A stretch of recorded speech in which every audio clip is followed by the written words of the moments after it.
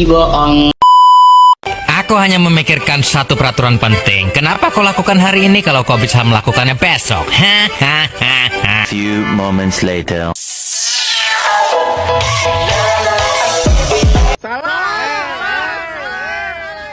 Back when we were still changing for the better, wanting was enough. For me, it was enough to live for.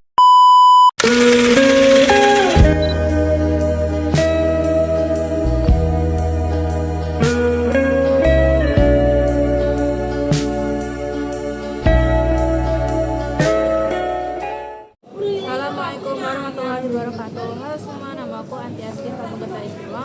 Aku akan remedial biologi.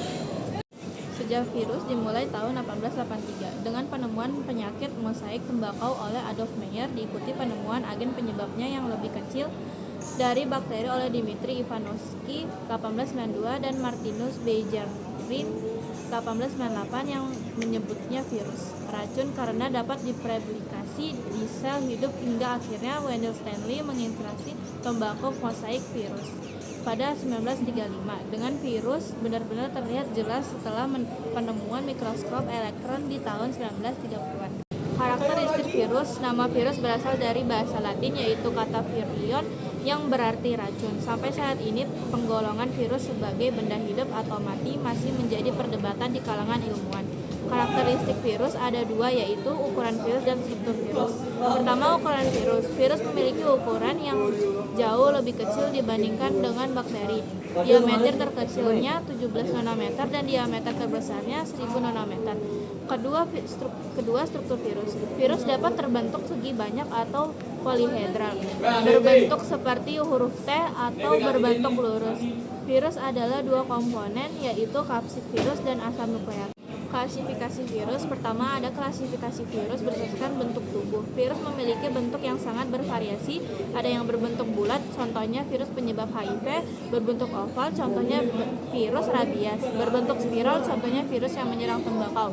Kedua, klasifikasi virus berdasarkan struktur tubuh. Klasifikasi virus yang berdasarkan struktur tubuhnya dibedakan menjadi dua, yaitu virus dengan nukleokapsid tanpa selubung dan virus dengan nukleokapsid diselubungi membran. Pertama, virus dengan nukleokapsid tampak selubung. Virus ini disebut juga sebagai virus panjang. Hal ini karena struktur tubuhnya hanya terdiri atas kapsid dan asam nukleat. Contohnya adalah virus pada tembakau, virus saluran pernapasan, dan virus kutil. Kedua, virus dan nukleokapsid diselubungi membran. Virus ini disebut juga dengan sebagai virus berselubung, contohnya pada virus influenza dan virus herpes. Klasifikasi virus berdasarkan jenis asam nukleat. Adapun berdasarkan jenis asam nukleat yang dimiliki virus dibedakan menjadi virus DNA dan virus RNA. Virus DNA adalah virus yang asam nukleatnya berupa DNA, baik itu DNA untai tunggal atau DNA untai ganda.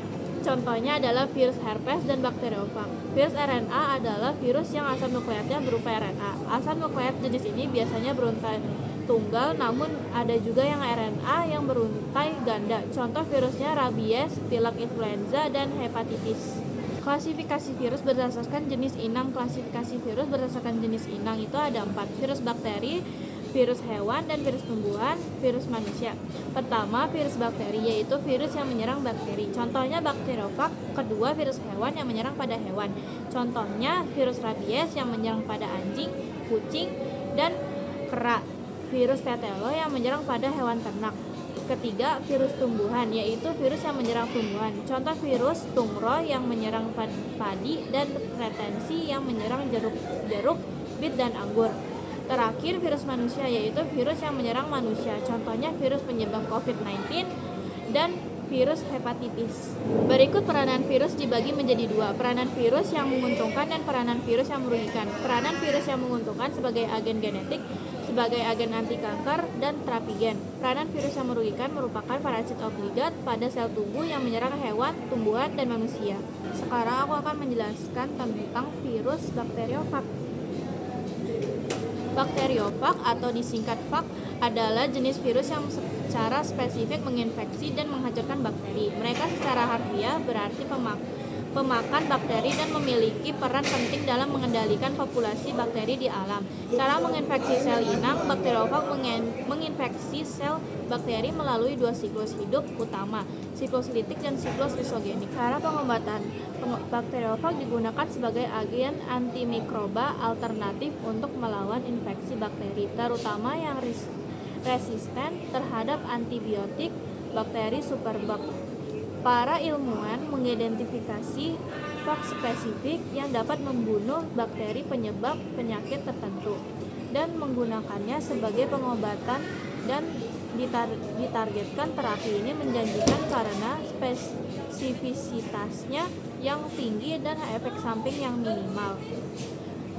Pencegahan. Karena fag menargetkan bakteri, pencegahan terkait fag lebih berfokus pada aplikasi industri atau medis. Bakteriofag dapat digunakan untuk mencegah kontaminasi bakteri dalam makanan atau di lingkungan peternakan. Bagi manusia, pencegahan infeksi bakteri yang mungkin diobati dengan fag tetap sama dengan pencegahan infeksi bakteri umum lainnya, menjaga kebersihan yang baik, mencuci tangan, dan mengonsumsi makanan yang aman. Thank you, everyone! Thank you, Elmore! Go!